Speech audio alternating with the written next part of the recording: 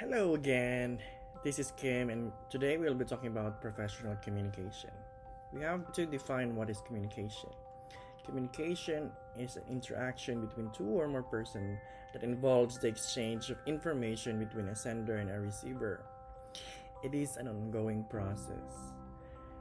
Face to face communication, virtual communication, and other forms of communication involves a sender, a message, a receiver, a response, and a feedback. In its simplest form, communication is a two-way process that involves the sending and the receiving of the message. Because the intent of communication is to elicit a response, the process is ongoing. The receiver of the message then becomes the sender of the response, and the original sender then becomes the receiver.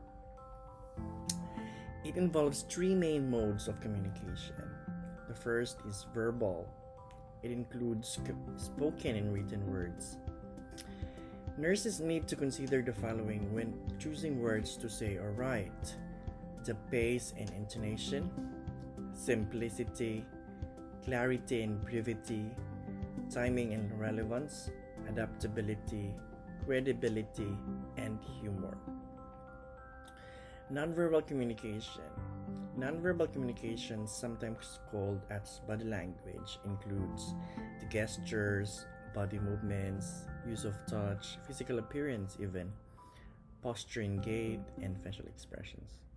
Nonverbal communication often tells others more about what a person is feeling than what is actually being said, because nonverbal behavior is controlled less consciously than verbal behaviors. Electronic communication are widely used nowadays, especially during the COVID crisis, because it is fast, efficient, legible, and improves communication as well as continuity of care.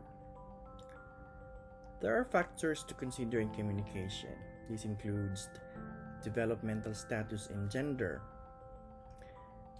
values, perception, and culture, the personal space and interpersonal attitudes, roles and responsibility in the environment, as well as the language skills.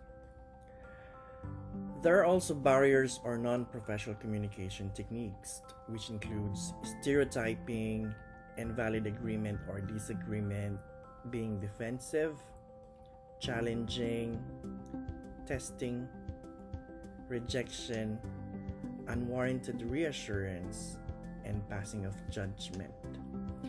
We'll be talking about therapeutic communication more during the lecture days. See you.